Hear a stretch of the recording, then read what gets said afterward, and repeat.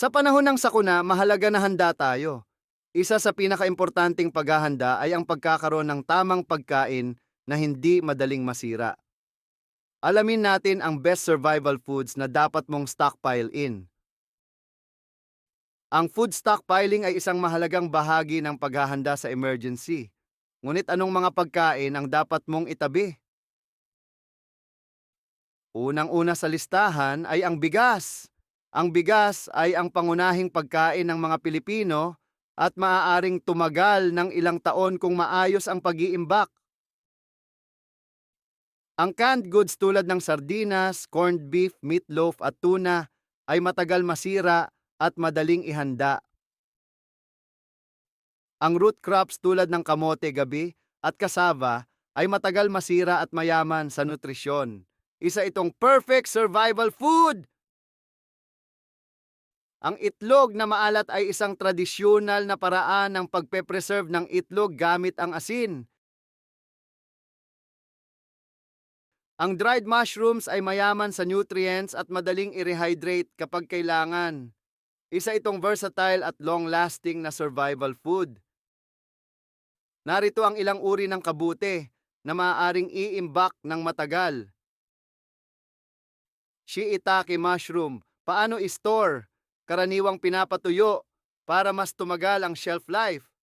Tagal ng imbakan, maaaring tumagal ng ilang buwan hanggang taon kung tama ang pag-iimbak.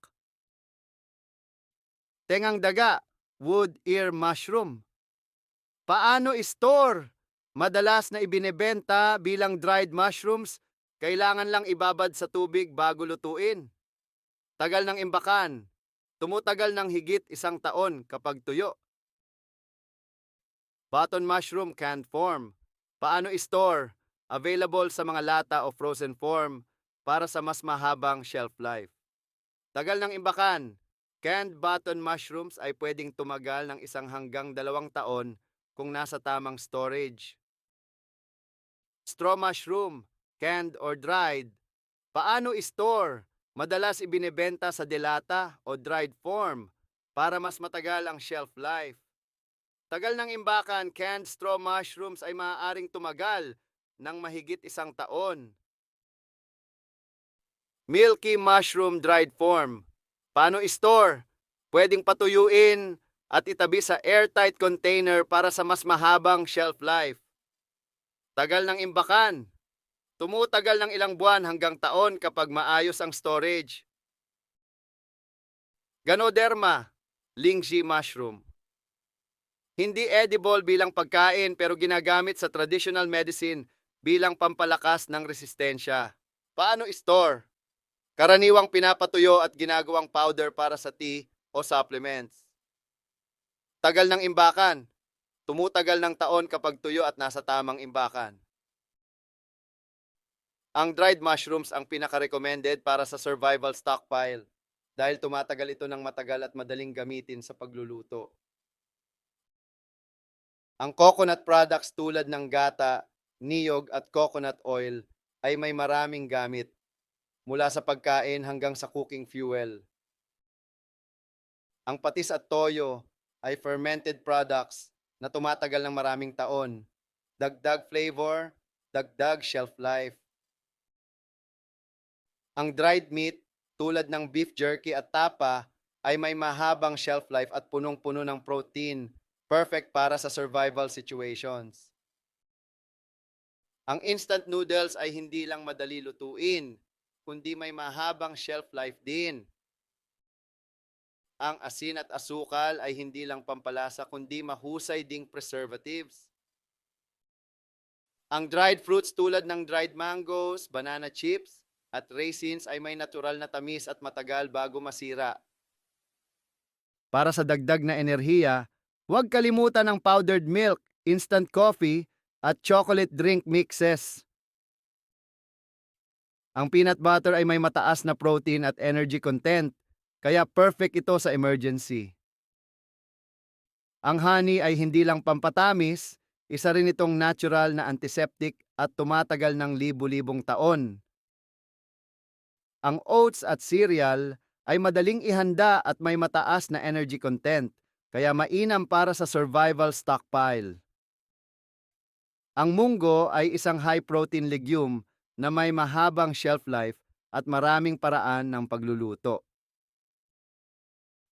Ang soy products tulad ng tokwa at dried soybeans ay perfect protein sources para sa emergency.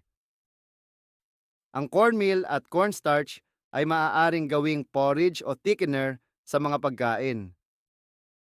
Ang ube ay isang root crop na maaaring itabi ng matagal kapag pinatuyo o inimbak ng maayos.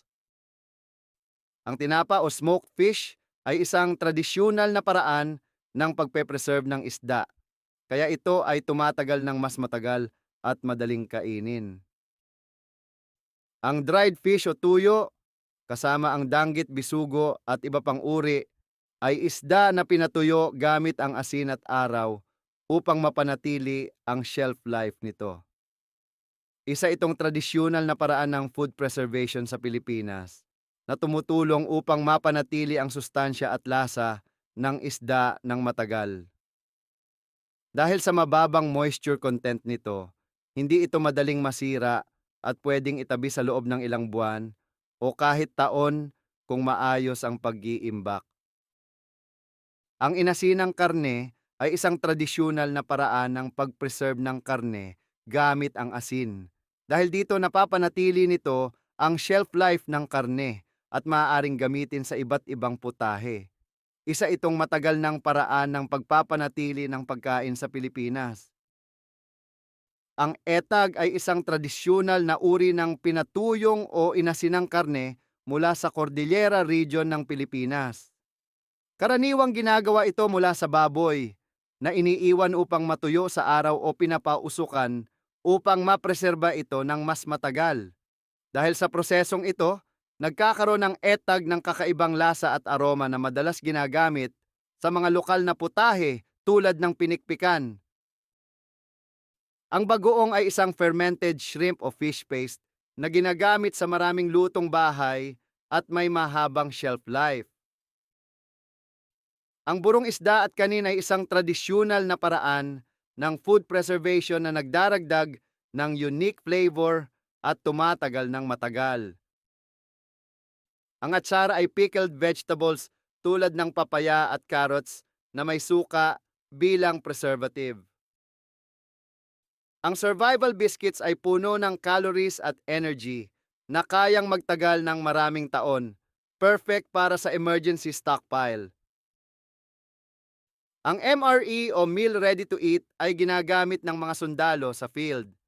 May kasamang complete meal at tumatagal ng maraming taon.